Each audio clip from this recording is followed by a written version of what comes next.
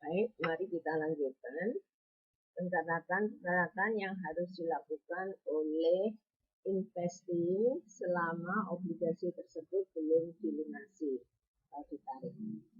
Yang pertama adalah pada saat tanggal pembayaran bunga, maka investasi harus membayar bunga kepada investor, ya.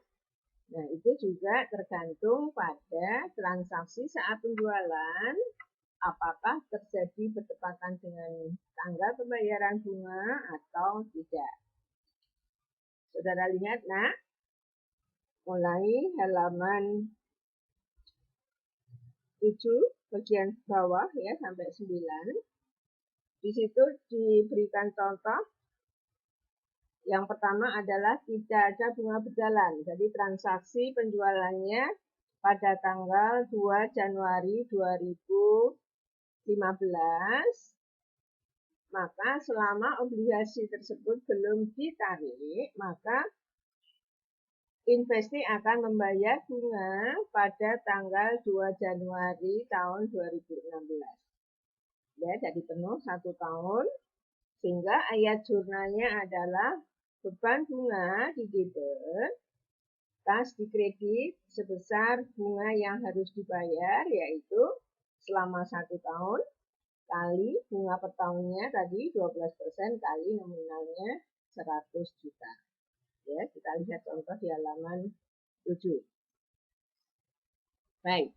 Sekarang kalau transaksinya tidak bertepatan dengan tanggal bunga, sehingga ada bunga berjalan, maka pada saat pembayaran bunga juga ditentukan oleh pencatatan pada saat transaksi penjualan. Apakah menggunakan pendekatan neraca atau pendekatan laba rugi. Ya, saudara bisa melihat di halaman 8. Ya. Kalau perusahaan menggunakan pendekatan neraca, maka utang bunganya kan hapus ya, dibayar sehingga di debit. Beban bunganya di debit karena dibayar sehingga merupakan beban, kas di kredit. Sehingga beban bunganya mulai tanggal 1 Mei sampai tanggal 31 Desember. Ya, atau 2 Januari. Saudara lihat, nah, contohnya di halaman 8. Sedangkan kalau perusahaan menggunakan pendekatan laba rugi, maka ayat jurnalnya beban bunga di debit, kas di kredit. Ya, jumlahnya selama 1 tahun ya, karena pembayarannya bunga tahunan. Tapi real beban bunga yang dibayar adalah hanya selama 8 bulan. Ya, baik pendekatan neraca maupun pendekatan laba rugi. Baik, kita lanjutkan saudara. Seandainya pada akhir periode pembukuan tertentu, ya jadi akhir periode pembukuan biasanya tanggal 31 Desember, perusahaan investasi masih belum menarik atau melunasi utang obligasinya, maka ada jurnal penyesuaian yang harus dibuat. Ya. Yang pertama adalah untuk mencatat adanya bunga terutang ya, yang sudah menjadi kewajiban tetapi belum dibayar karena memang belum waktunya dibayar. Saudara bisa melihat mulai halaman, mempelajari mulai halaman 9 sampai 12. Untuk transaksi yang pertama, saat dijualnya tanggal 2 Januari, maka pada tanggal 31 Desember ada kewajiban membayar bunga selama 1 tahun.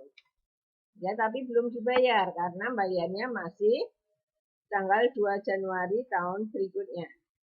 Sehingga ayat jurnal penyesuaiannya adalah beban bunga di debit, utang bunga di kredit selama 1 tahun. Ya, 12% kali 100 juta nominal.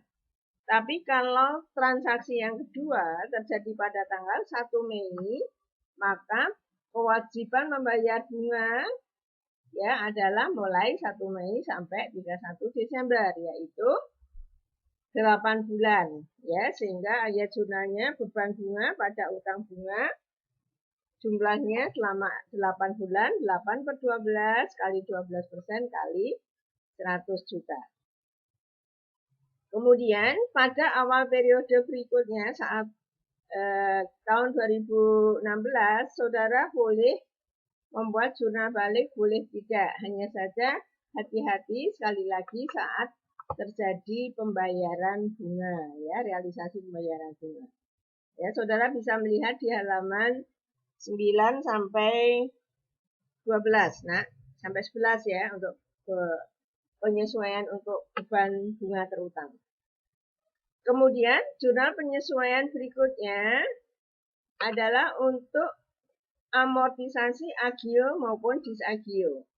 Ya, tadi saat penjualan kan bisa mungkin terjadi agio atau disagio. Di mana agio dan disagio ini pada saat pelunasan yang dilunasi kan sebesar nominal. Sehingga agio maupun disagionya harus sudah habis, jadi dihapus. Maka istilahnya untuk agio disagio seperti yang sudah kita pelajari adalah amortisasi. Kalau agio, maka akun lawan yang digunakan adalah beban bunga, ya, baik agio maupun disagio.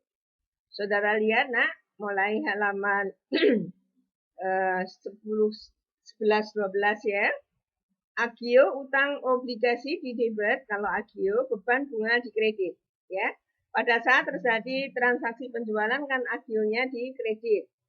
Pada saat dihapus, diamortisasi, setiap periode itu di debit. Sehingga selama jangka waktu nanti akhir periode atau akhir jangka waktu nilainya habis, 0. Ya. Berapa penghapusan atau amortisasi per tahun tentu saja tergantung dari jangka waktu. Ya, kapan harus dilunasi. Kalau terjadi disagio, maka ayat jurnalnya beban bunganya di debit, disagio utang obligasi di kredit. Saudara lihat, nah. Dicontoh di halaman 11, 12. Tadi disagionya 5 juta, berarti per tahunnya